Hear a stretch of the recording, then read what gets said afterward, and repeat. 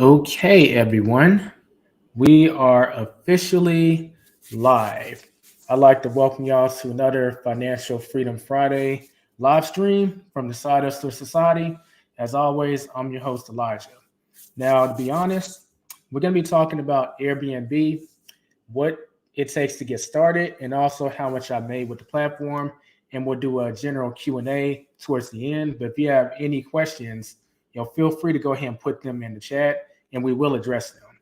So I got to confess, the way I've kind of structured this live has changed because I had an agenda, and I still do, but I got a lot of questions.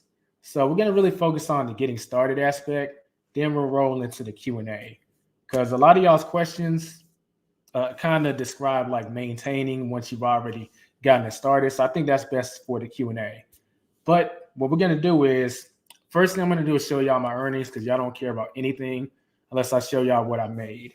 Then I'm going to be showing how I got started, how I got my first apartment. If you see me looking down, I'm looking down at my agenda, okay? Then I'm going to share what I would do differently if I was to have the knowledge I have now and I could go back then. What would I do differently? Then I'm going to share all the products that I have in my Airbnbs, good amenities I have, and then we'll open it up to Q&A. So we're going to start off by actually showing my earnings because everything I say is going to be null and void until y'all see earnings. That's just how that is. So we're going to share my screen. And y'all should be able to see my screen now. Before I get into the earnings, there's something I got to address like real quick. So y'all see this where it says like your listing has been suspended. That actually has an interesting story. So we'll cover this later in the review, not review in the video. But the way Airbnb's review policy works is if you get like a 1-star, technically they'll suspend your listing for a few days, and then you can whatever they call it, reactivate the listing. And someone that didn't stay in one of my units because they tried the book but canceled, then they wanted a refund. And I said, well, no, because they canceled. Then they left this shady retaliatory review, which I ended up getting removed by Airbnb. But since it was technically a 1-star, they just suspended the listing.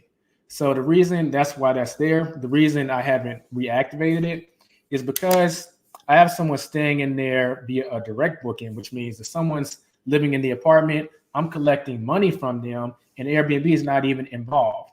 And they keep extending their stay. They're actually looking for a house down here.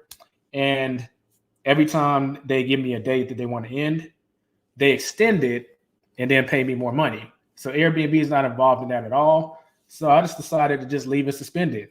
I mean, when they leave, maybe I'll reactivate it, but to be honest, it's making plenty of money without Airbnb. But I felt like I need to give that backstory before I even got involved with how much I'm making.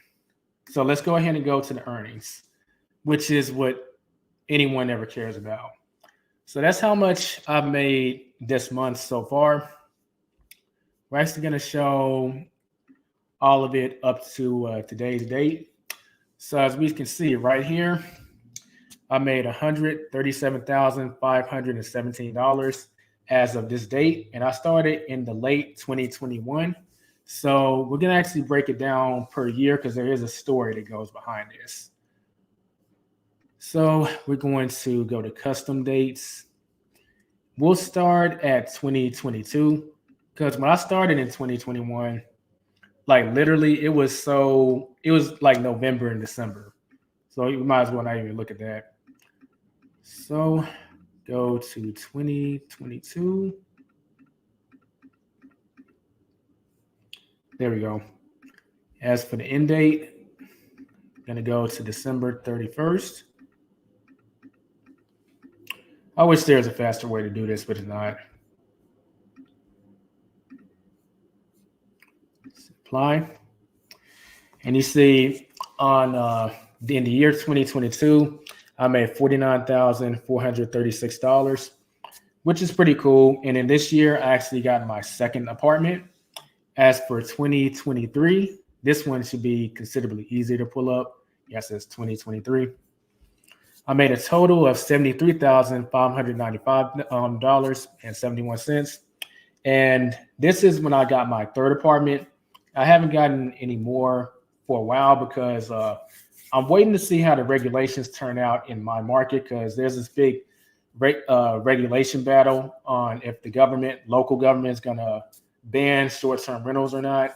So I've been kind of hanging out on the sidelines, pausing on expanding until that's kind of settled, which should be settled by the middle of the summer.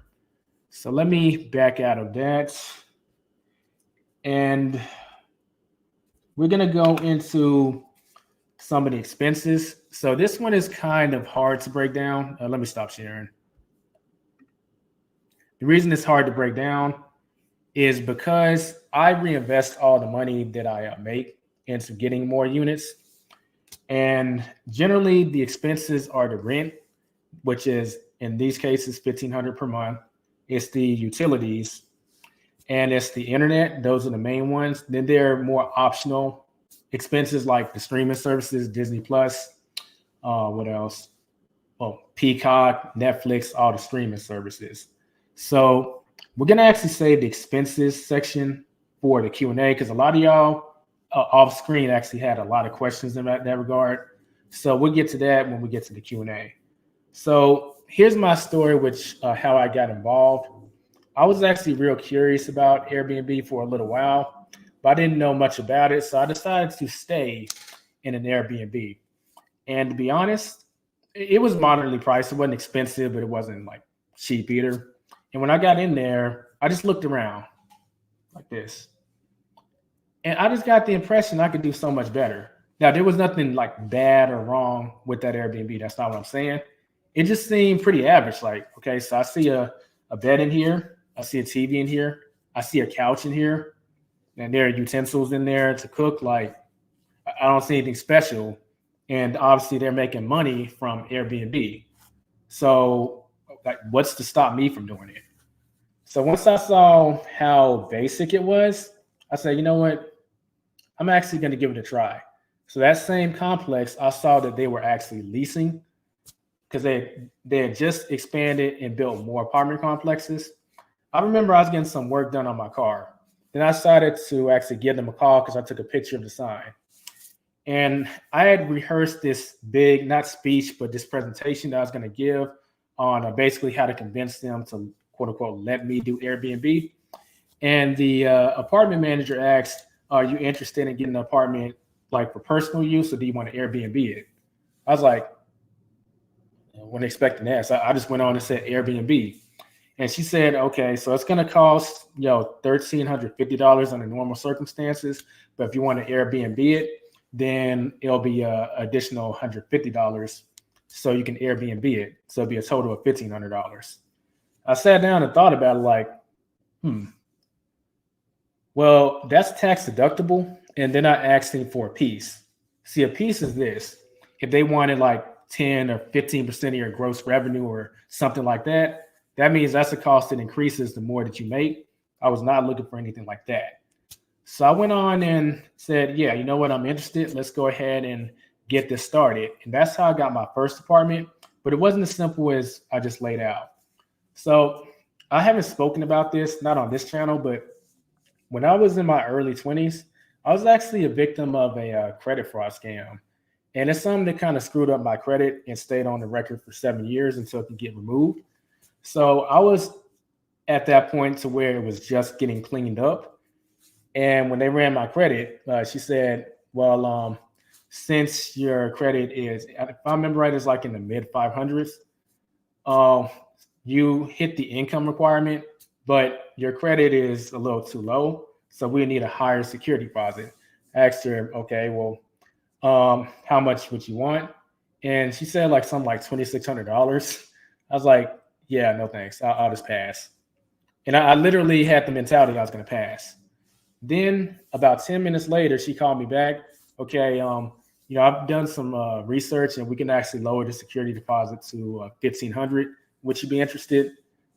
And to be honest, I told myself, you know what, this is going to be a learning lesson because I'm going to get this back anyway. So let's go ahead and do it. So that's the story on how I got my first apartment. As far as the next two apartments I got, so I paid my rent, quote unquote, on time. And each time I wanted to get another apartment, I had more leverage with them. So I was able to negotiate uh, a whole month's worth of rent for free on both of those units because I had more leverage and I was paying on time, which I didn't know that was something special. Apparently, people weren't paying on time, but I was paying on time. So I was able to get more units with pretty much a cheap security deposit. And yeah, so that's my story on how I got involved with Airbnb. Now, here's a very critical thing. What would I do different knowing what I know now? Uh, what I know now, I might have waited 6 months because my credit score had increased by like 40 points. And I could have probably got out of that large security deposit if I just waited. I don't regret taking action because you take action and you learn, but I would do that differently. And I would have actually saved money up to get 3 to 5 apartments at once because the more apartments you get, you have greater leverage to ask for things like, let's say, free rent, maybe a month, 2 months worth of free rent, or just ask, like, look, I don't want to get a security deposit at all, but I want to pick up 5 units. You have more leverage to be able to do that if you're picking up more units at once. So rather than picking up like one every year, I would have just picked them up at once and maybe even picked up an extra unit or two because the money I would be saving. That's what I would do differently. And the interesting thing is, this would allow you to grow faster because it costs between $4,000 to $5,000 to furnish a studio apartment, which is what I deal in. I don't deal in one bedrooms because there's more space to manage. And from an interior design perspective, you'll need to fill in that more space. So the budget will be closer to that 5,000 mark. And the 2 and 3 bedrooms, 3 bedrooms are fine, but they're going to be more work to manage. In the 2 bedrooms, it really gets into you're in this in between area. So with studio apartments, you're mainly servicing people who are staying like either couples or someone staying by themselves and max 3 people. But with 3 bedrooms, you're servicing big groups. They're competing with houses. But the 2 bedrooms, like in the middle, where you can't really service either of them because you can't price as if it is a studio apartment because you're going to go out of business. You have a cost to pay with that rent, but it can't accommodate a large group like a 3 bedroom is. So it's just harder to sell. So I stayed out of that.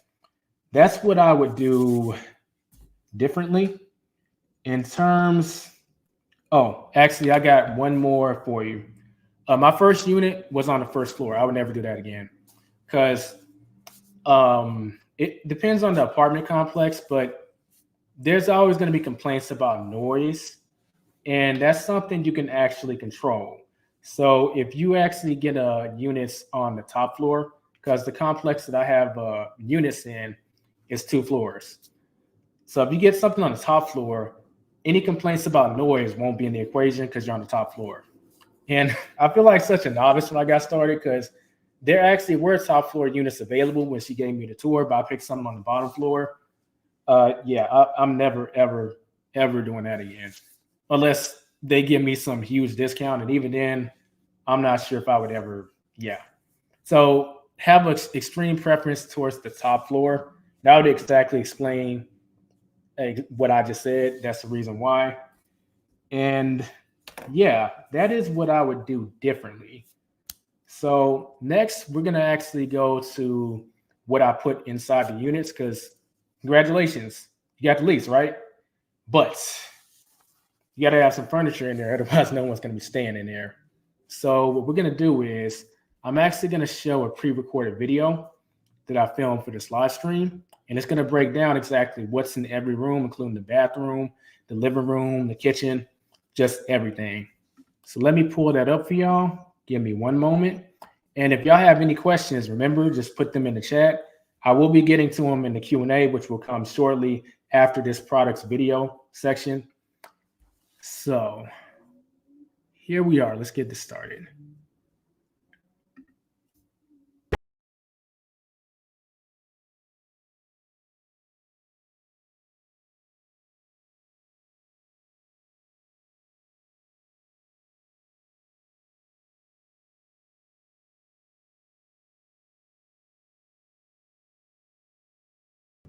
On this video, we're going to be talking about the amenities and also the furniture, really just everything I have inside my Airbnb units, or I'll just say short-term rental units because they're also on VRBO.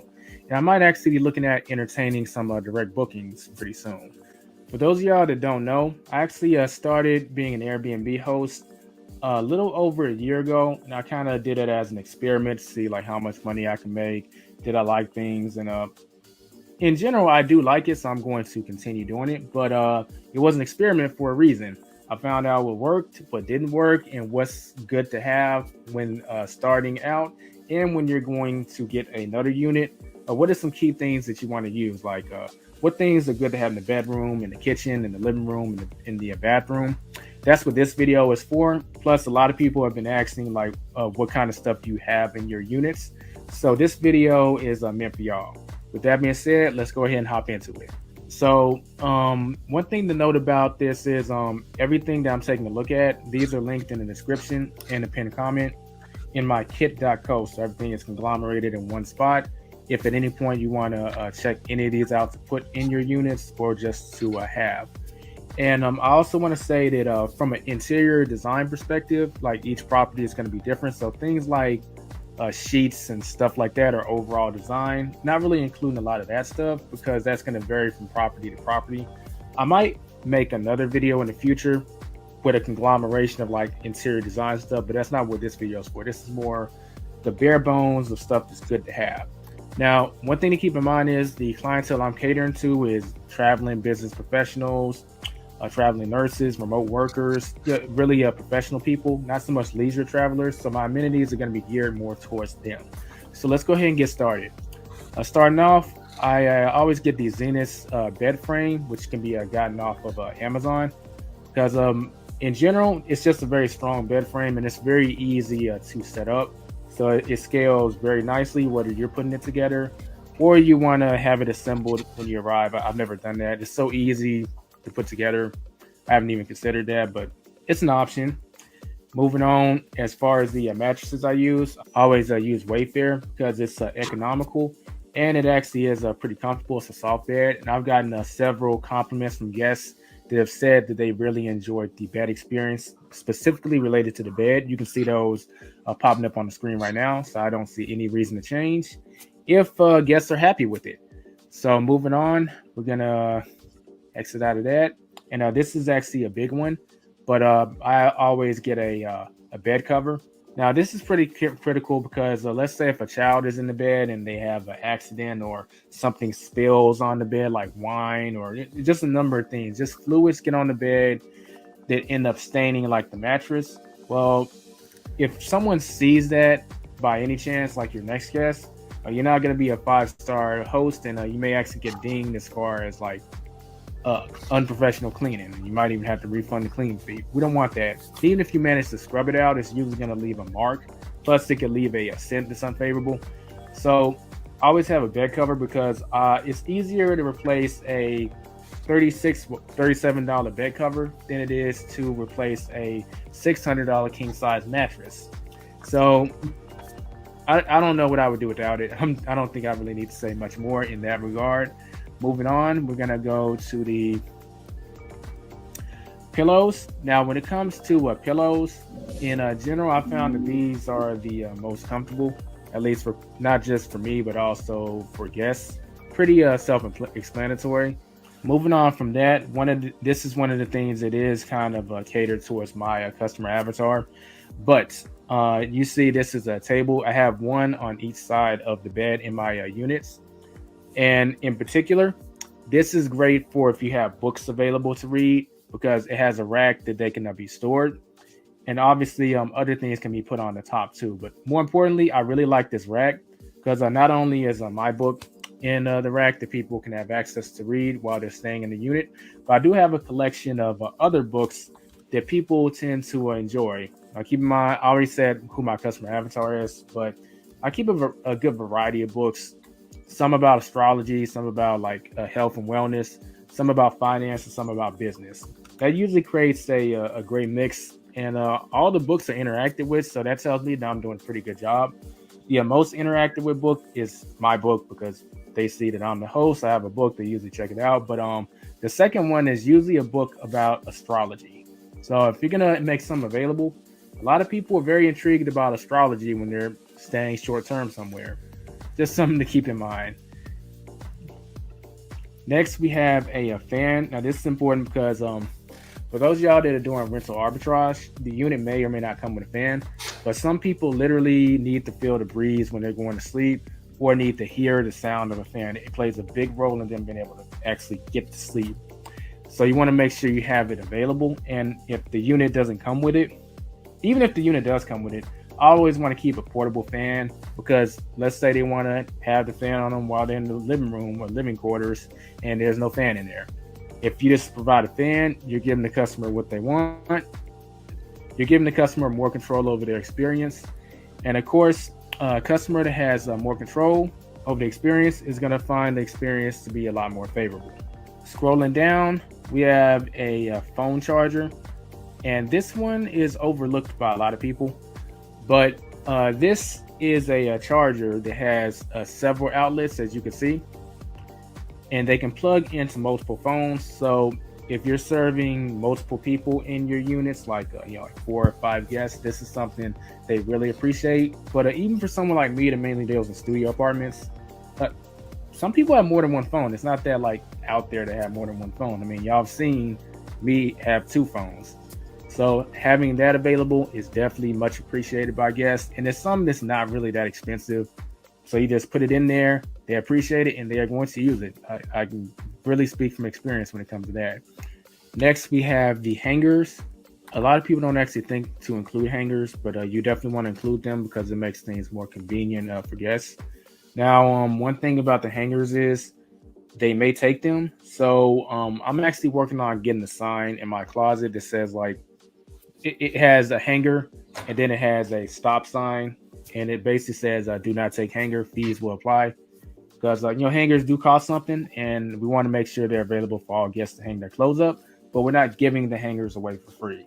So if I do manage to get that sign made, whoever I use to get the sign made, I'll be sure to link it in the description because that's something to consider having made. Like a sign like that would cost extra, maybe $10. Put it in front of them so they know not to take them. But I do think you need hangers in your unit. Coming back to kit.co, we have the rollout sofa bed. Well, not rollout sofa bed, the roll away bed. So this will allow you to actually accommodate more guests in an apartment or wherever you are. And this is good because the more guests you can accommodate, theoretically, the more money you can make because multiple people are pitching in on this trip. So you'll be able to serve more people and make more money. So this is a rollaway bed that I personally use. I haven't got any complaints with it. It's pretty economical, but it does this job.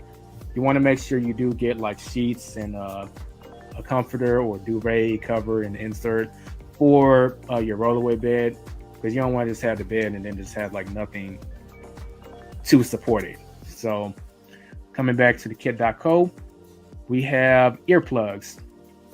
So we don't know what's going on in the apartments that we're in oftentimes if you're doing rental arbitrage with an apartment. Or even if you're not, if someone's traveling with multiple guests, maybe someone wants to get some sleep and everyone else is watching TV in the living room and walls are thin and they can't get sleep. Having these earplugs is just something that people can use, and it really does not cost that much to have. It's one of those things that it's great to have on standby. Customers, guests appreciate it. I mean, I literally still have the box of them in my first unit that I bought for the unit, and maybe a total of 6 of them have been used. So people aren't using them a lot because they may not need to, but having it available definitely doesn't hurt. Or it hurts $8.99. I think we can live with that. That concludes basically the everything that we're talking about in the bedroom. We're going to be moving to the living quarters. And next we have the sofa that I have. Well, the futon rather that I have in my units. Now, I don't actually advertise that this is a futon because I don't want people coming in with the expectation that, hey, you'll sleep on the bed, you'll sleep on the futon, because it will decrease the value that this couch can have for you. If people are sleeping on it, you're going to have to replace it sooner. People are just sitting on it and then, going to the bedroom to sleep. then it's going to last longer. I just want them to see that a futon is available once they arrive, and maybe 1 out of every 20 people actually uses it. But I don't advertise that I have a futon because people will use it, and you'll be replacing it pretty dang soon. So this is what I roll with. Pretty customizable to the guest experience. They can lean it further back. They can lean it forward. Really up to them. Next, we have a blanket. Now, my barber is the one to put me on this, but once I told him that I had a few units on Airbnb, he asked me if I had a blanket. I said, no, I don't. He said, well, during the winter, it was the summer when he told me this, but during the winter, people are going to really run that heater if it's cold outside. Makes sense. But if you have a blanket, some people won't run it. They'll just grab that blanket, get under the covers and, watch TV. In fact, some people actually prefer that over turning the heater on. So this is a fixed cost. That heater running, that's a reoccurring cost. So having this blanket will save you some money, or just having any blanket in general. So you want to make sure you just have one in your property. And if you're serving, I want to say for every 3 guests, you should have at least one blanket. But if you want to go overkill, however many guests you're accommodating, you could equal the amount of guests that you can accommodate to a blanket. Fully up to you. Next, we have a TV, a Roku TV. So it really comes down to your taste in TV. I mean, I've been using Roku TVs for quite some time, even before using them in my short-term rentals. It's basically a TV that has access to all the streaming services and all the apps within reason that you can download and install on the TV. So how big you go depends on how big you want to. I think the standard would be a 43-inch, but I like to go a little above the standard. But if you wanted to really zero in on it, you could get 75-inch. I think that a 50-inch will suffice if I'm being honest. So that goes for the TV. Next, we have the stand that the TV goes on. You want to make sure that the stand is bigger than the TV itself. Otherwise, obviously, it's not going to fit. Then you'll have a problem. What I really like about this is the TV always goes obviously on top. Right here on the next to it, that's a great place to put the router for the internet. And these middle places are a good place to put like games, like chess, stuff like that. In fact, in one of my units, I do have a chessboard right there. But that's what I really like about this stand. Moving on, we have the dining table. I like this because it's actually great for a studio apartment.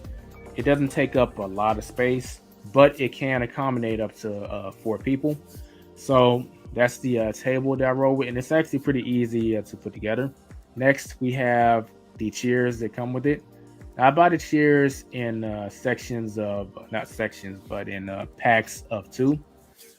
And now this is actually pretty important if you're going to be doing the studio apartment thing. I don't have more than 2 chairs because I don't want the apartment to be able to accommodate a group of people, because I don't want people thinking that they can invite like more than 3 people, because we have occupancy limits that we need to withhold when it comes to city regulations. So only 3 people can be in a studio apartment at a time. So there's 2 chairs at the dining room table, and then there's obviously the couch. Honestly, they shouldn't need any more than that, and that's why I only have 2 chairs. Next, we have the trash can. You don't want to forget this, because if you don't give people a trash can, it's going to end up on the floors, which is going to make a bigger problem for your housekeeping team, or you if you're doing the housekeeping. You don't want that. So make sure you get the trash can. Next, we have, and this is my personal favorite thing in the whole unit, if I'm going to be honest, but this is a work desk, but it's not your typical work desk. It's very unique in my opinion, if I do say so myself, mainly because it is a work desk. You pull up a chair, you can start working, you can set up a monitor and everything you need around you. And it's not actually shown on the picture, but there's a lamp that's right above the table. I have a picture of mine put together so you can see what I'm talking about. But what I really like about it is you can turn the light on and off, obviously, but you can plug various devices into the desk itself. And as long as the computer is linked to it, it'll actually register on your computer. So that's actually very accommodating. I've had a lot of guests use this, a lot of remote workers, a lot of people who are coming in town for business that really want a workstation. So people really enjoy this work desk setup because it is pretty unique. It's not just a desk and a place for you to put your computer. It actually has some electronic outlets and things that are pretty useful. So that's good to have, especially if you're catering to the kind of clientele that I'm talking about. Moving on, this is these two are equally as important, if I do say so myself. But you have the phone stand, and a lot of people underestimate this. In fact, mine is right here, and this is just perfect when you have like a just like a working area set up. You got your computer, you got your phone. If you need to interact with your phone, you just do that, press a few buttons, then boom. And we got back up, go to kit.co again, and you got the laptop stand. This is great. Not everyone uses a laptop stand because they might not want the computer so high, but some people do. So why not just give them the option? So this is part of the reason I actually am able to really serve this clientele of remote workers and not just remote workers, but people coming in town for business because they value stuff like this. Really think about your customer avatar. Going back. Next, we're going to work our way through the kitchen. Now, the kitchen contains so many items. If I clicked on them all, we'd be here forever. So I'm just going to briefly describe what each one is as we hit it. Obviously, you got your dishes. You got your mugs, your bowls, your plates. I think those are the minimum that you do need to have. You got your oven mitts for people that want to do some cooking. Same goes for a cooking tray. And a rice and grain cooker is pretty popular among people from different cultures, more ethnic culture, more ethnic background, where rice and grains is a pretty big part of the diet. They're going to really appreciate it if you have a rice maker or a rice cooker rather. And having food trays available so that people have an option to eat at the table, or they can eat in front of the TV. Just put the food tray up, and boom, they can just eat while they watch TV. Next, we have the silverware holder that goes in the drawers. This one of the things is easy to forget. So, make sure you remember this because you don't want to get the silverware and then you don't have something to keep it there. It's one of those things we kind of take for granted and don't notice when we go somewhere, or even in our own places where we live. It's just there. But if you forget about it, it's one of those things you got to have, but it's easily forgettable. So don't forget about it. Next, we have the typical pots and pans. You want to make sure that those are available. Got the silverware. Got the paper towel holder, utensils, the sponges, and the glasses that people can drink from. Now, I didn't put this in the kit. I might add it afterwards since I just thought about it. But I also have paper cups, paper plates, paper spoons, straws too. And the reason that I have those two, I want to give people an option between paper and real plates and stuff, because I started all this during the pandemic. So a lot of people might be kind of sketchy about using dishes that have been used from someone else because germs and all that, even though dishes have been washed. So giving them the option to just use the paper plates and stuff is pretty popular. In fact, 70% of the time dishes wouldn't even get interacted with. The paper cups and paper plates, those would be disappearing because people were using them. Ever since the pandemic ended, more people have been using the stereotypical dishes. But I just like to give people choices. Next, we have the towels of the place. Now that's actually supposed to be in the bathroom section, but we'll go ahead and talk about it. You want to make sure you do have towels. Now, it's up to you whether you want to use colored towels or white towels. White towels are more associated with obviously cleanliness, so you can get bonus points for using white towels.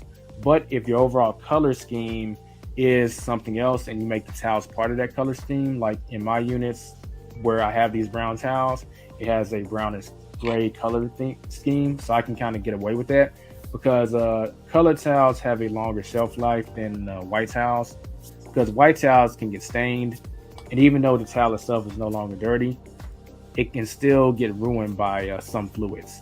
So there's that. Scrolling down, we have the water filter.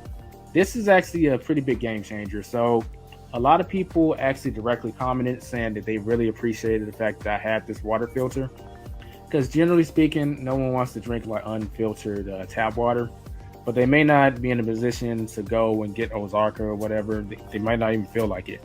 But if you have this water filter, all they got to do is run the water. It filters out a lot of stuff, and then they can drink tap water that way. Next, we have the filters that you need to switch out. Now, Right here, we're actually going to click on it just so I can show you this. But the filter itself will basically detect when the filter needs to be changed, like those buttons. It'll let you know when it needs to be changed. When that happens, that you just pull it out and replace it with another filter. Next, we have the knife set. This is a more stylish looking one, but it has every single knife that you would need, in addition to scissors and a pizza cutter. So that's great to have. Next, we have for people who are more chef-like, they need a cutting board. They have this measuring cup, something to hold your utensils in. Now, I don't use that to hold like forks and stuff. I use that to hold these in. So it's good to have. You got the dish rack because everything that I've shown so far, a lot of dishes. So when they're washed, you want to be able to put them somewhere so that they can dry. And here's the thing, when you provide stuff like this for guests, they actually will use it. It's when you don't provide this stuff when things tend to be more messy. So just give the guests what they need to take care of the place, and oftentimes they will. Next, we have the wine glasses. Generally speaking, you want to make sure you have at least 4 because they're very well used by everyone. There's not even a core customer avatar that these are geared towards. Everyone tends to want wine glasses, so you want to make sure you have them. Next, we have the toaster. And this kind of gets into the core of the place, but a lot of people don't utilize having fake plants. And it's something that can add to the theme of a place without necessarily obviously having to water like real plants. The real plants would require maintenance, but the fake plants can set like a certain tone in the place, and they're not actually interacted with that much, so they rarely really need to be replaced. So that's good to know. Also good to have. You have the coffee table that's in the middle of the unit, which fits in pretty great. You have the electric kettle, which people can use to make tea and also hot water. Of course, we have the iron board and the iron. That's really critical for my customer avatar, especially people who are going out, coming in town for business reasons. But even still, a lot of people just want to have access to this, even leisure travelers. I don't have it in the kit. I'll add it once I finish this video. But I also have lint rollers in my units because people want to be looking lint free when they do step out. Now we're going to move over to the bathroom things. Before I go there, though, I want to say that everything in the kitchen and living room areas, it's a lot of stuff. But this is the reason that I've actually attracted some monthly bookings. Like all this stuff is what someone needs to sustain themselves. So a lot of this stuff, if you put them in there, you'll be catering towards people who may want to stay monthly. And obviously the people who are staying shorter term wouldn't mind that stuff being in there. So just think about that. And your monthly bookings are very valuable during a slow season. So moving on to the bathroom stuff, we have Q-tips. It's one of those things that people don't think about, but your guests will appreciate it. You got the plunger. You just want to have it on standby. Like if something happens and you have a plunger, well, the guests may actually be able to fix it themselves if they know how to use a plunger. If not, you end up having to take care of it anyway. But the point is, you would have to come in with a plunger. So why not just have it there? Or maintenance or your maintenance guy or whoever. Plunger just needs to be there. Next, you want to make sure a toilet brush is there for cleaning. This is supposed to be in the kitchen area, but you do want to make sure you have a coffee maker. Now, I actually don't provide coffee. I provide something else, but we'll get to that in a moment. Next, we have the shampoo.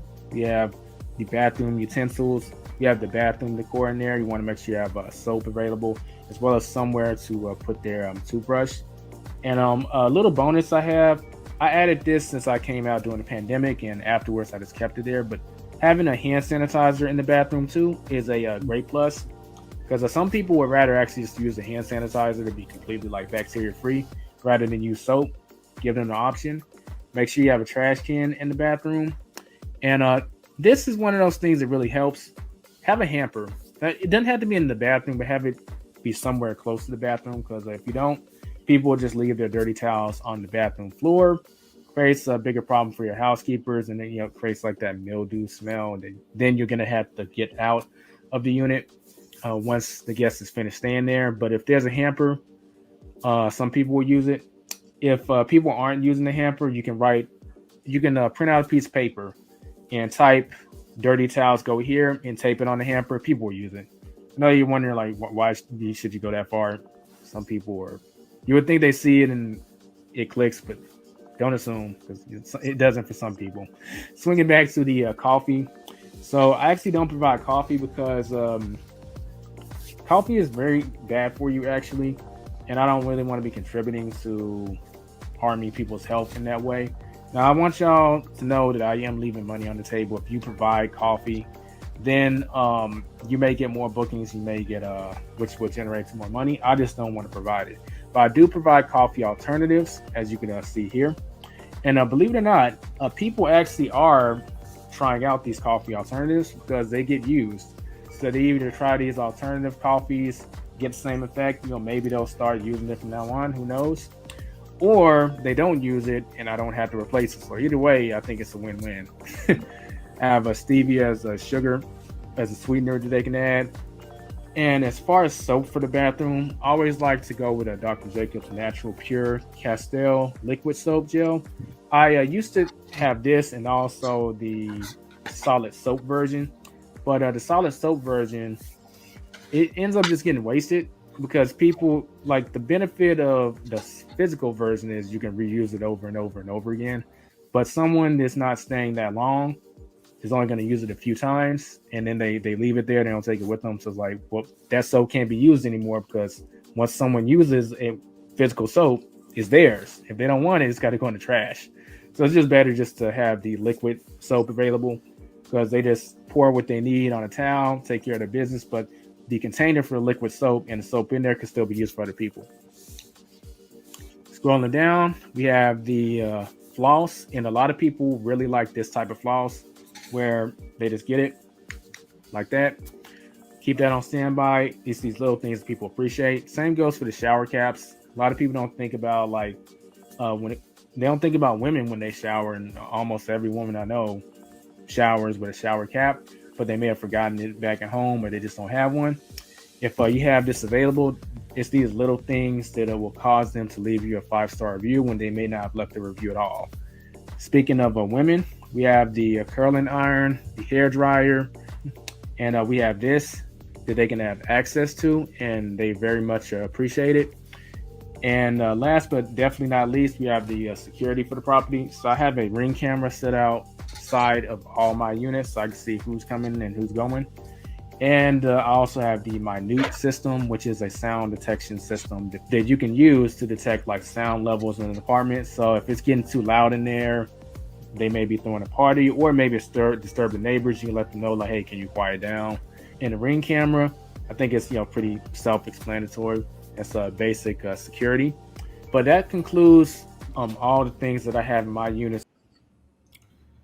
Okay, that concludes the video on the things that you want inside the Airbnb itself.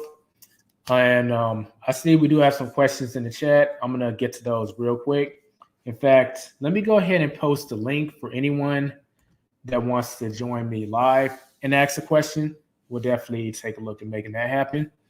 But I'm sure y'all want to see the actual process of how to make a listing. So let me share my, let me get rid of that. Let me share my screen real quick.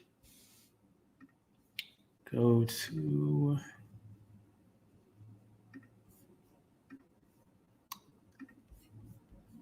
okay, here we are. So now I'm going to share my screen. And these are 2 of the properties I told y'all about. Like I said, the third one, not on the platform right now because it's making money without Airbnb, which means the guest isn't paying a service fee and neither am I. So yeah, let me click on one of them. And we're going to actually just take a look at the listing itself. Then I'm going to show you what it looks like on the back end and some important things to have in the back end to make your listing appealing. So starting out with the photos, I'm going to click on show all photos. I didn't mention this before, but you might be wondering, how did you design the apartment? So am I on the screen? Yeah, I'm on the screen. How I designed the apartment, I actually just hired an interior designer to come up with the design and the color scheme. So I would just recommend hiring someone. If you're not going to do that, make sure you take a class on interior designing. And there's plenty of free ones on Skillshare. Well, technically it's not free. You got to pay for a Skillshare membership, but it's not that expensive. But make sure you know something about interior designing if you're not going to hire someone. But I just recommend you hire someone to do the interior designing. Make sure you tell them who the unit is catered towards. So like I said in the video that you just saw, I cater to traveling professionals like business travelers, nurses, remote workers, construction workers, that kind of thing. So everything in the apartment is catered to serve that crowd, like high-speed internet, etc. So your interior designer wants to be aware of who you're trying to serve, and that can guide exactly what they want the feel of the place to be like. But yeah, let's look at the photos. You see this is the cover photo. Some important things to note. You want to stock the kitchen. Well, not stock the kitchen, but like have everything, a lot of things on full display when you do a photo shoot. That way there's things that's communicated. There's things that's communicated without you having to even say it, because most people, they're not actually going to read your description. I'm just going to be honest. They're going to look at the photos. Then when they look at the photos, maybe half of them will read the description, then they'll decide to book. Some people book strictly off the photos. And here's a hack. If you're running some kind of discount for the holidays or whatever, create two versions of the photo, and one version can be attacked on like 10, 15, or 20% discount. They'll see that, and you know the rest. So yeah, in the background, you see pots, pans, knives. All this is set up as an official photo shoot. So you want to make sure you do that. Yeah, and you'll see I'm showing off different angles of the same living quarters. Just showing off more amenities that are available. It's very important to get pretty much every shot of the room, because a lot of people are skeptical. If they don't see like all four walls of the room, they may think that like half the room may not be decorated. Then they'll take that in consideration when they're thinking, well, do I want to pay that much for it? They didn't show the whole room. Is it really fully decorated? So make sure you get all four walls.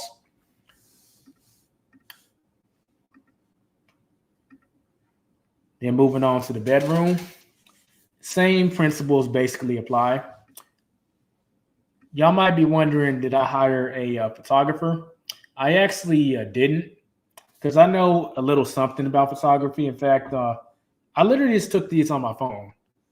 Now, I'm not saying you shouldn't, by all means, if you can't do it. But I was curious, what was the result I could get if I didn't? And this is a picture showing off the shower.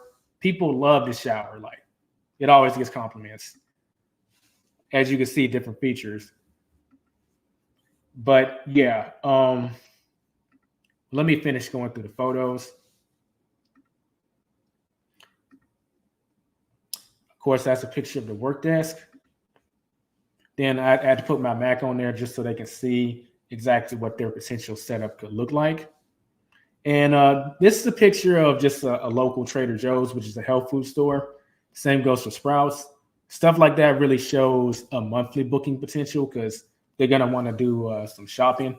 So back to the photographer. I really wanted to see the result I could get not using a photographer. And to be honest, the result I got was pretty much the same as people who use the photographer in terms of making money. But it never hurts to have one. I wouldn't have that be a deterrent to stop you from getting started.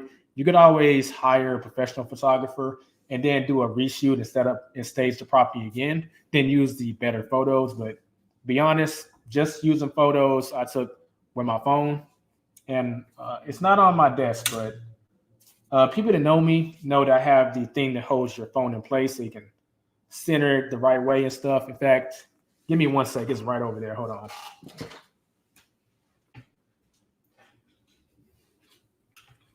This is the baby right here. So I'm gonna see, so I can take photos with the phone just like that. And that decision has literally made me tens of thousands of dollars, as you saw from the beginning. So backing out from the photos, we're gonna go down. You might be wondering, like, what the heck is guest favorite? So I actually don't know. This is a new feature Airbnb has come out with, but I suspect that I know you have to not have had any ratings under 3 stars in terms of reviews. And as far as I can tell, that's the only requirement to get guest favorite. But it's just another filter that guests can use to screen out properties. So, like, oh, this is a guest favorite, and it's labeled on your property page. And it's also labeled when people are searching for your property. So, as I scroll down, just see what we see. Has fast Wi-Fi, which you'll have to do a Wi-Fi test in the apartment with your phone to get that. Self check-in, highly rated host. We're going to cover how I'm doing this in the back end in a sec. I just want y'all to see exactly what this page looks like. Then you have the description, which we're going to go into more detail in the back end. Has the list of amenities that are offered. The check-in and check-out time. And they're really pushing this guest favorite thing. Yeah, I'm not complaining. All it's doing is helping me. If you're not a guest favorite, you know. Then you have the reviews.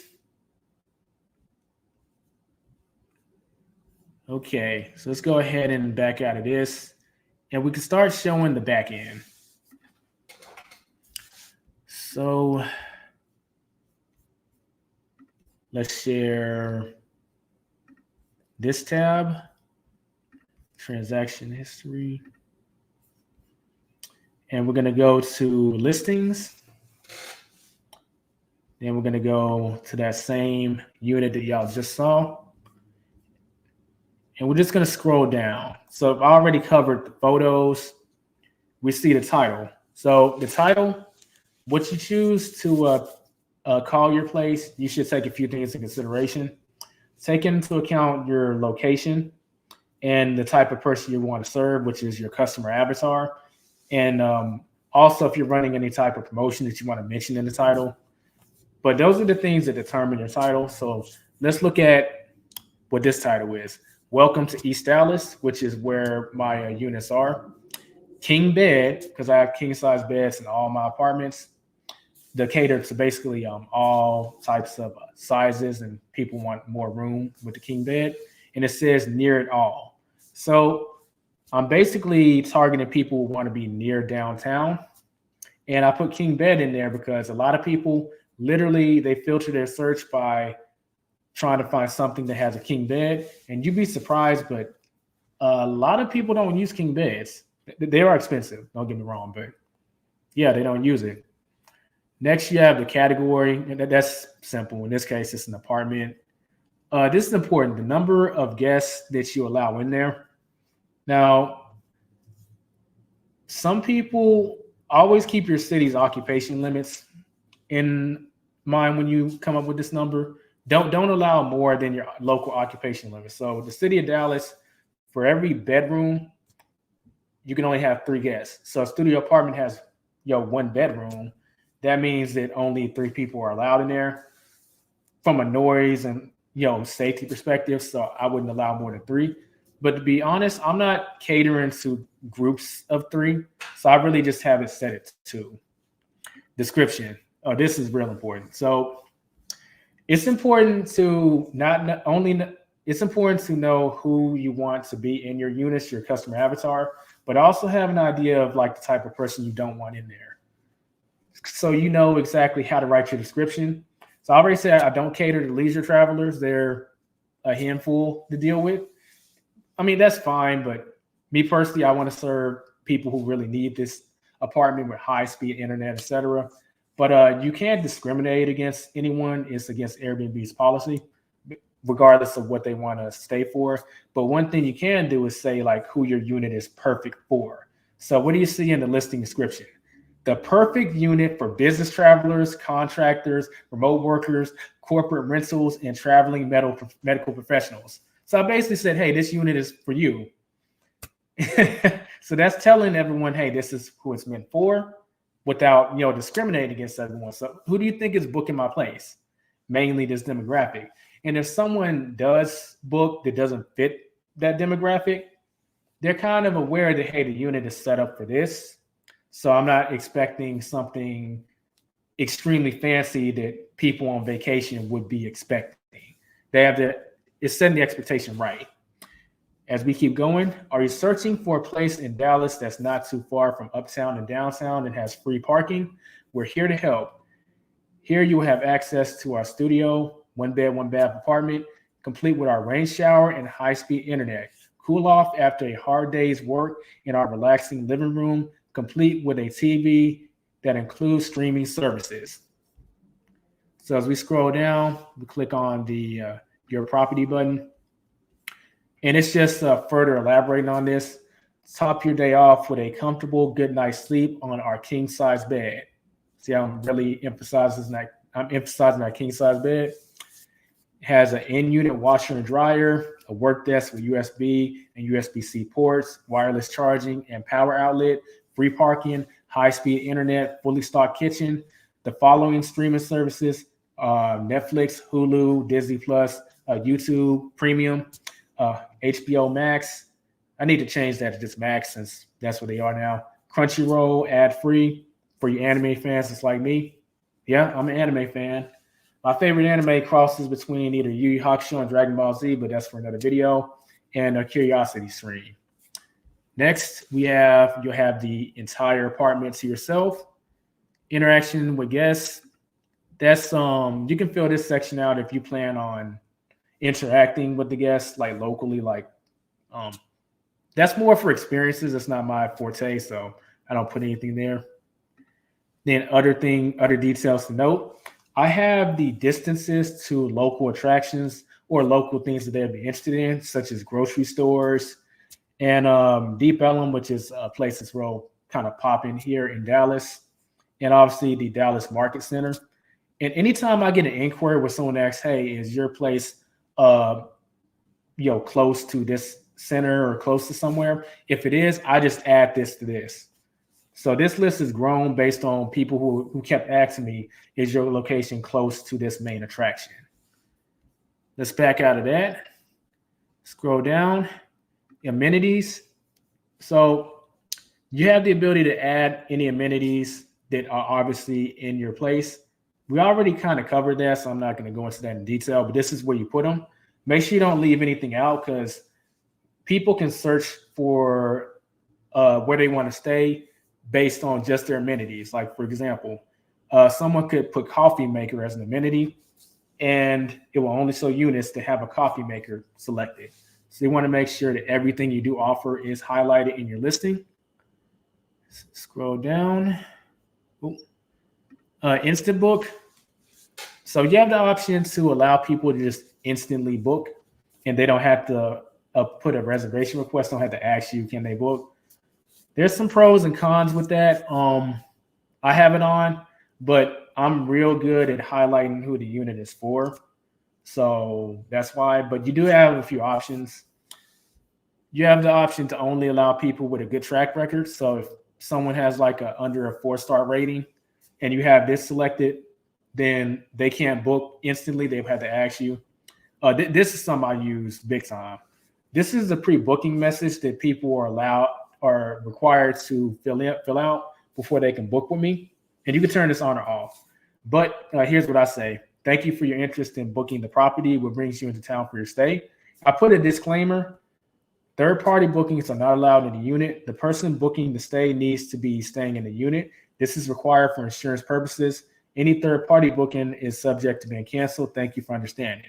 I take that real serious because if someone's booking for someone else, you got to ask why.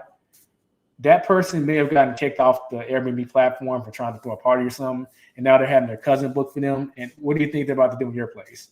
Let's just keep things simple.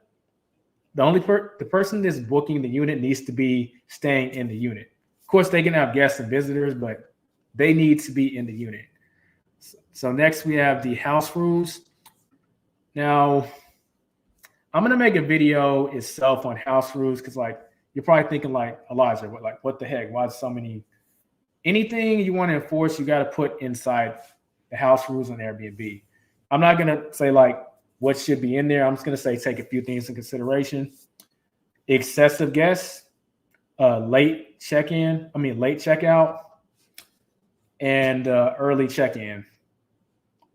if you don't have anything in regards to those three things, chances are people are going to abuse it and either be checking out late or checking in early or bringing unannounced guests or whatever. So make sure you have it in your house rules that that's not allowed. I'm going to make a full video on house rules because it can actually get pretty deep. Next, we have the cancellation policy. So the way this works, when someone books on Airbnb, each host has their option of cancellation policy, and they range from different extremities. I'm just going to read.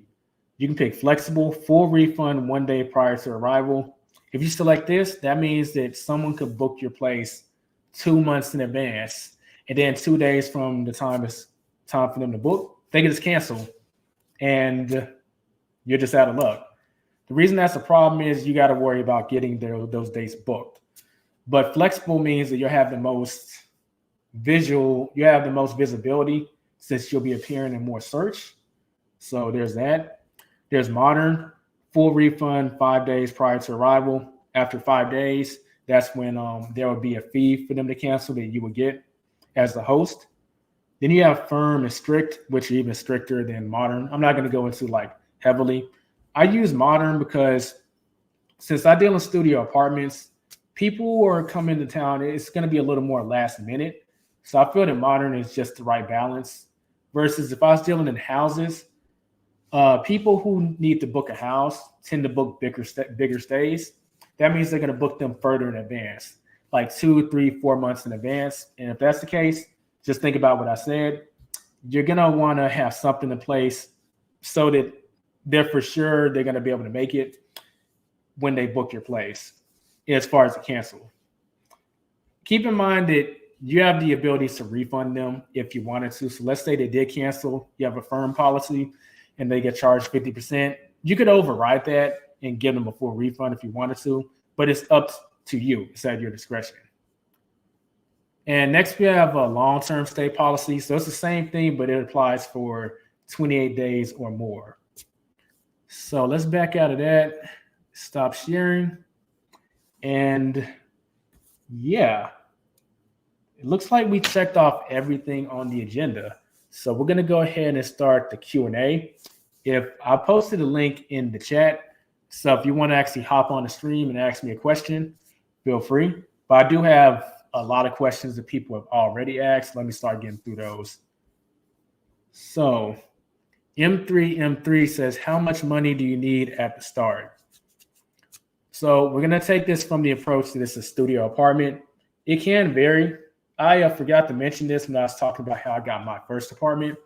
But she actually turned me down initially because of the credit rating I told you about. But I actually countered saying that, well, what if I give you a higher security deposit? Then she said something ridiculous. That's when I passed. Then she called me back and it was lower.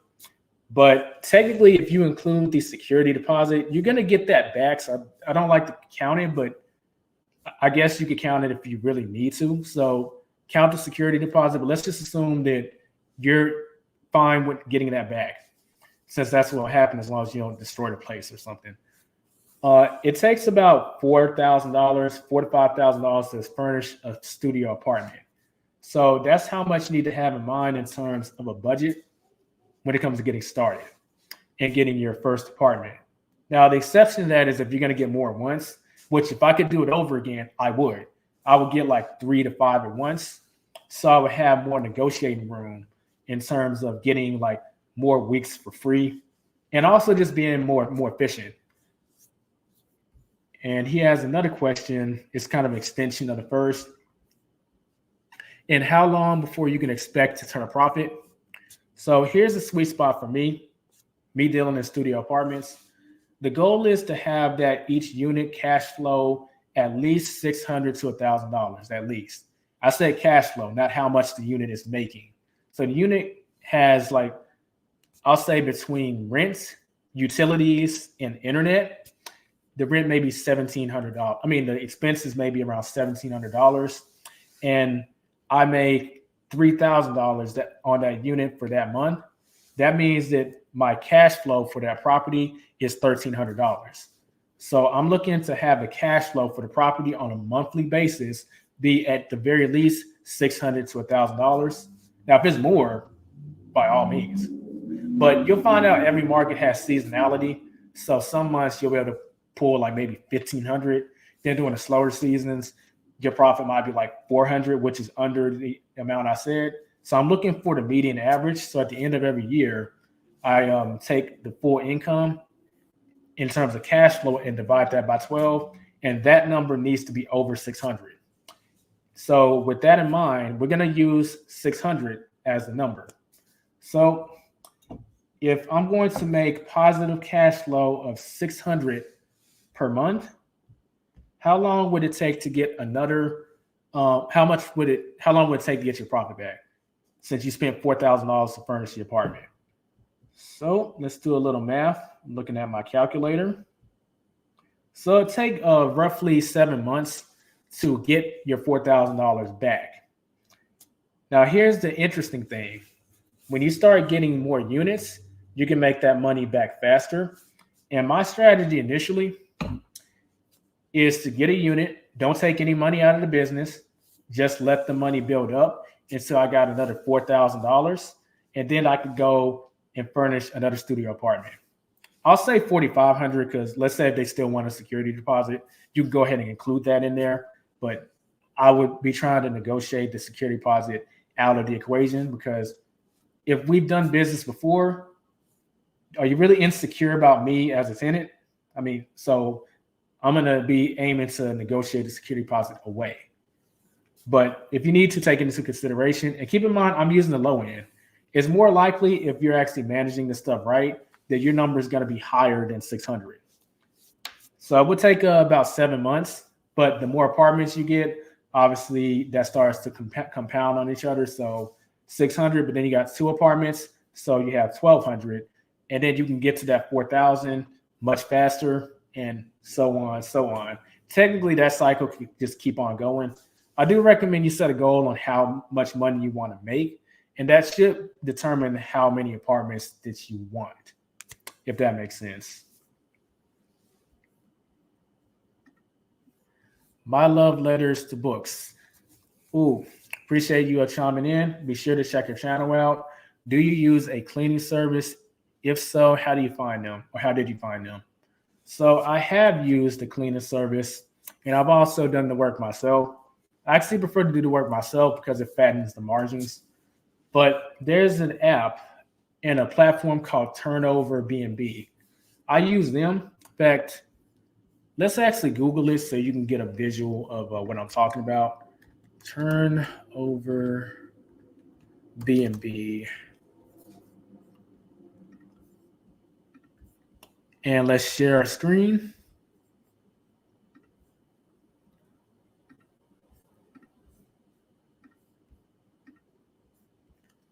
Okay, y'all are seeing it now.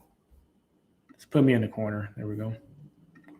So Turnover B&B is basically matchmaking for cleaners and Airbnb hosts that need each other.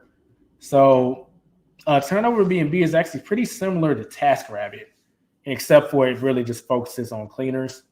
So a cleaner can get on there, post their rates, how much they charge, and they have reviews of themselves like these other platforms like TaskRabbit, Fiverr, Upwork, that kind of stuff. So you could put it in a freelancing platform category.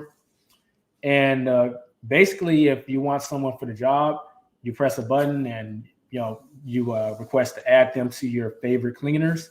And then from there, you just post post the days that you need them based on the days in between your bookings.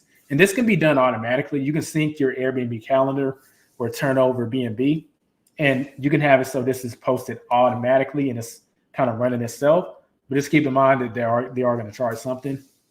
And that's what I use to hire and outsource my housekeeping sometimes when I'm not able to do it. But I actually have experience in housekeeping because when I was in high school, I used to work for my aunt's janitorial company. So I have experience cleaning, not just commercial buildings, but also, what's the word I'm looking for? But basically houses and stuff. So I already knew I could take care of it. I'll be coming out with a video kind of breaking down like 8 tips that you need to do effective cleaning. So yeah, I still do it myself because I like the fatter margins. It gets that number closer to 1,000. Ooh, looks like we have a guest. Nikki, what's happening? Hey, how are you? Just making it happen. Breaking down this Airbnb Nice. game. The last person just stole my question. Ooh. The exact same question I had about the cleaning. But but it's okay because I always have a backup. So um, you know me, I think outside the box, right? So Mhm. I think about more than one way to monetize the stuff. So I already know the answer to this, basically, at least part of the answer. But I think it would benefit people if you share like other ways, if there's more than one way that you earn money from your Airbnb off of Airbnb. So I'm thinking the Amazon and that stuff. So like that's just more than one way of bringing income in, and I think that that's something that people might find beneficial. Yeah, definitely. And that's so Nikki. I mean, that's so Nikki connected. Y'all be sure to check Nikki's channel out. She's kind of like we're kind of like yin and yang. So her channel is very similar to mine in the sense of saving, making a lot of money, and also she has more money, more tips on saving money too. But yeah, so the ways I monetize outside of Airbnb, first way, my book is in every single unit. And people see that because my name is on it. They recognize, oh, that's my host. Oh, he wrote a book. Well, let me check it out. And some people actually ask, hey, can I take this with me? And Airbnb has it so that you can upsell. So you say, yeah, sure, this is how much it's going to cost. So they can send the money, then they can just keep the book. But I realized I was missing out on money doing that. And obviously, I could replace it afterwards, but I'm missing out on money doing that. Because what if they just go to Amazon and buy the book? And I am an Amazon influencer. So if they buy my book and then buy a $500 flat screen TV, Nikki, you know how this works. We get commissions on both.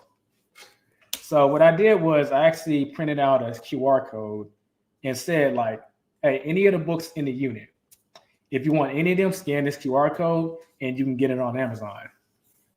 And that has actually boosted my affiliate revenue because they go ahead and put a book in the cart, but they usually end up buying something else in the cart too. So you get commissions on all of that. And it's facilitated outside of Airbnb. They just scan the QR code, then boom. Nice. And it's funny because you just earned some money off me yesterday. I was on your page. I was shopping on Amazon. Yep. So you'll see it. And ironically, because you'll see, I actually did I bring it up? Yeah. So there were a couple of items that I bought. But the good thing was, because I didn't buy one of the items that you had directly listed in there, but I went to your store first and then went and made my purchase so that you would get the commission. And then, ironically, today I see that, and you mentioned it because I saw it in the store yesterday, but you mentioned the items that I actually use. That's the phone stand. I'm like, that looks familiar. Shop on Amazon too much. Oh, you got one too, huh? Yeah, yeah. So yeah, you're really helping people out by actually suggesting those items. I think people would find that really beneficial. Like basically a shortcut to go to your store and actually see those items that could, help their Airbnb or that their people in their Airbnbs would enjoy.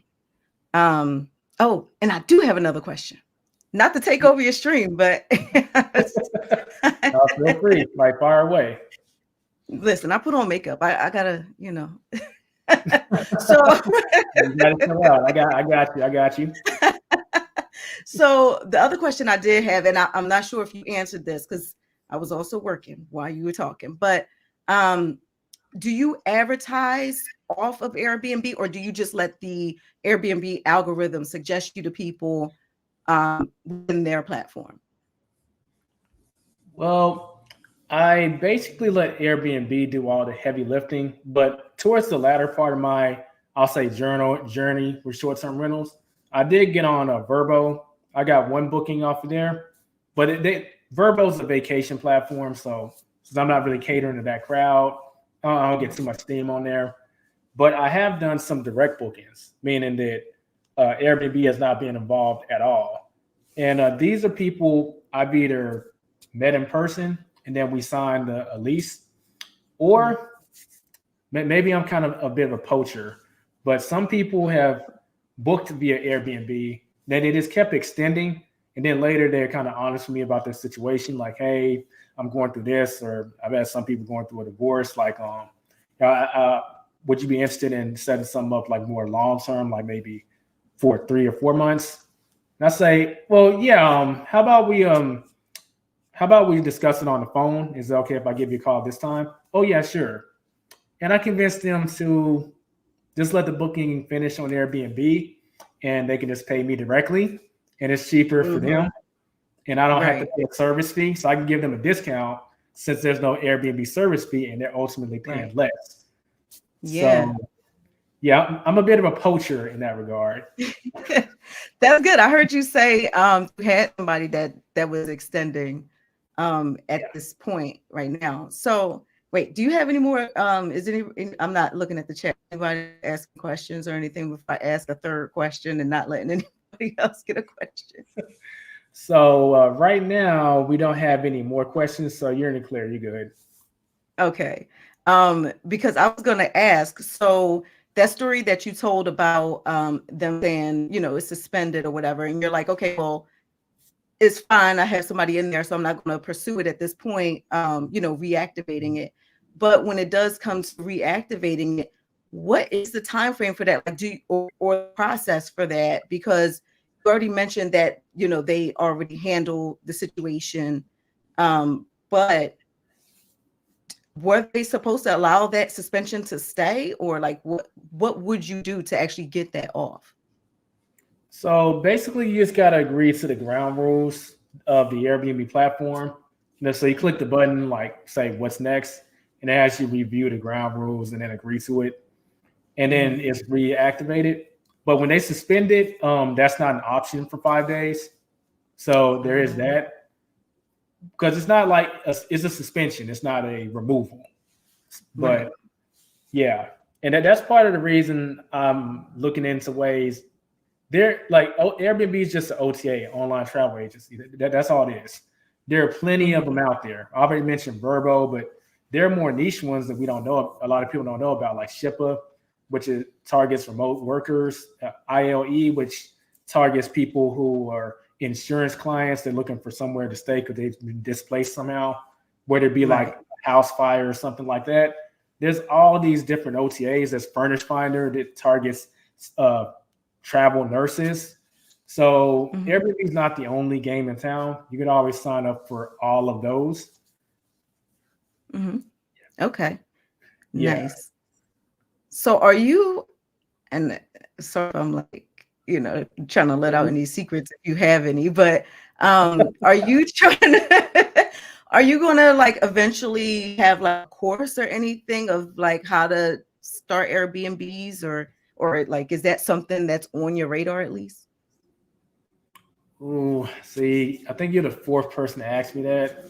I think it's mandatory. I'm gonna have to do it now. And so many people can't ask me that, then I don't do it. I'm working on a freelancer course right now, but when that's finished, maybe Mhm. I don't know what I would call it. But yeah, that course would probably be next. You could ask ChatGPT what to call it. You great. I feel like that's cheating. Chat GPT is such a cheat code. Saves a lot of time. Oh yeah, it's like a GTA game where they had like a whole magazine's worth of cheats, and then you could use them all Right. to beat the game. So I used cheats Yeah. when I played it. So yeah, I Yeah, can it do gets it the here. wheels spinning. Yeah, even if you don't take it directly, like a lot of times I'll just take a portion of, I'm like, oh, I didn't think of that word. I think that word is powerful, so I'll have this in the title type of thing. So yeah, something to Right, consider. right. Yeah, that's a good point. Yeah, I remember it was a while ago, but I think you mentioned that you had a question about the claims process too. That too. Yes. Okay, so based on the security I have in my Airbnbs, like I said, the sound monitoring system, the Ring door cameras, I've only had this happen once, and I'm gonna say Okay. it's my fault because I decided to ignore some red flags because they were supposedly staying for a long time. But someone booked, and then they straight out told me, "Hey, I'm not gonna agree to these house rules." No, I basically said, "Okay, if that's the case, you're gonna have to cancel the booking." Then they backed down. Mm. Normally, if something like that was to happen, I would just call Airbnb and be like, "Look, y'all gonna have to cancel this stuff without penalties. Look at what they just said." And Airbnb would Right. have no problem doing that because they just Hmm. said they would do it.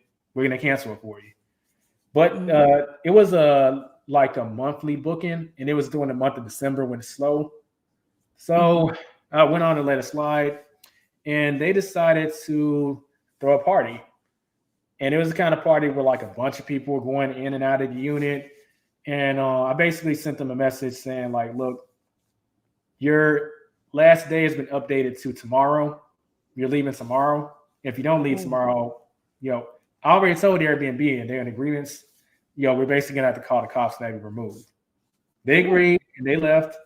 And when I walked in there, like the place was, I'm not gonna say completely destroyed, but some things were broken and required a lot of cleaning. Mm.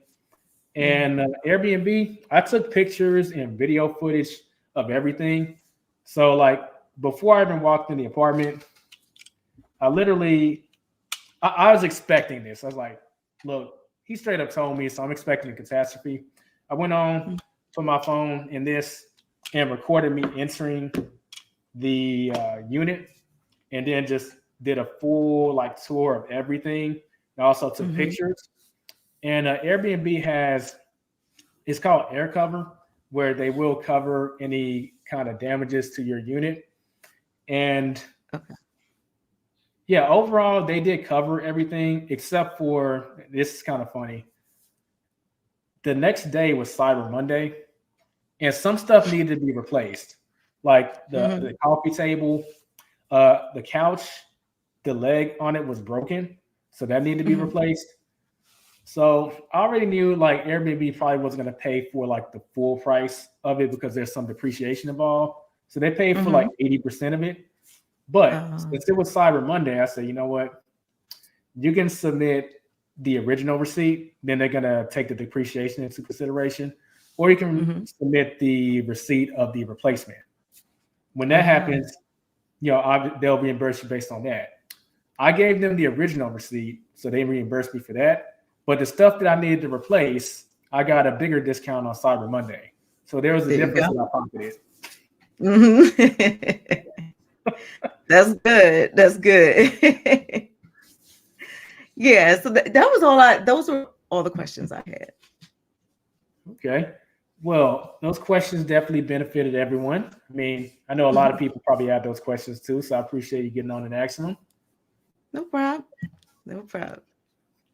All right. I'll catch you later. All right. Have a good night. You too. Thanks. Okay.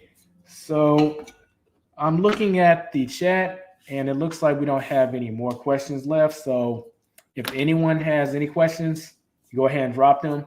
If that's it, then we're going to go ahead and call tonight. Now that I'm actually thinking about it, I'm starting to get kind of hungry. So definitely got to address that. And also, if you have a question and you want to hop on the screen, that's still an option. But in closing, let me think. I would end with what would be the advice I would give my younger self. I want to say just start, but I actually did just start, so that's good. It kind of circles back to if I knew what I know now, I would have just got more at once, as opposed to just getting one at a time. Even if that meant I had to wait another 6 months, because I would have had more leverage. see. But yeah, it looks like we don't have any other questions. So I'm going to go ahead and call it a night, get some food in my stomach. And if you do have any other questions or comments, leave them in the comment section below. I'll be sure to get to them. And we're looking at doing these Financial Freedom Fridays on a pretty regular basis, every other Friday. I'm going to say sorry because my voice may sound a little hoarse, but I've been recording a lot of videos, so it might be going out on me, but we still made it happen. That being said, I'm going to go ahead and sign off. Catch y'all later. Peace out, make money, and be profitable.